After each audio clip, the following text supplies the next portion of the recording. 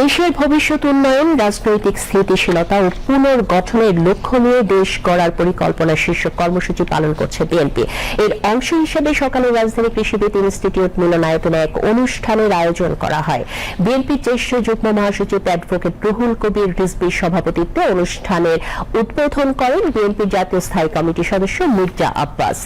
উদ্বোধনী বক্তব্যে মির্জা আব্বাস দলের সাংগঠনিক পুনর্গঠন, আন্দোলন সংগ্রামের নতুন কৌশল এবং তরুণ নেতৃত্বের বিকাশ নিয়ে গুরুত্বপূর্ণ দিক নির্দেশনা তুলে ধরেন এবং বেগম খালেদা জিয়ার সুস্থতা কামনা করেন। তিনি বলেন, বাংলাদেশকে একটি গণতান্ত্রিক, স্বচ্ছ ও জবাবদিহিমূলক রাষ্ট্র হিসেবে গড়ে তুলতেই এই কর্মসূচি নেওয়া হয়েছে। দেশের মানুষ পরিবর্তন চায়, বিএনপি সেই পরিবর্তনের রূপরেখা দিতে প্রস্তুত। এটা প্রমাণ হয়েছে যে দেশনেত্রী বেগম খালেদা জিয়া শুধু আমাদের নেত্রী নন, আমাদের গর্বের জায়গা। দেশনেত্রী বেগম খালেদা জিয়া এখন সারা বাংলাদেশের মানুষের আকাঙ্ক্ষার একজন অভিভাবক।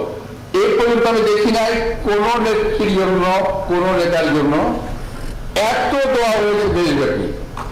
বাংলাদেশের প্রত্যেকটি মানুষ দলমত নির্বিশেষে, বলেছি যে দলমত নির্বিশেষে তার জন্য দোয়া করছে এবং তার দীর্ঘায়ু কামনা করছে।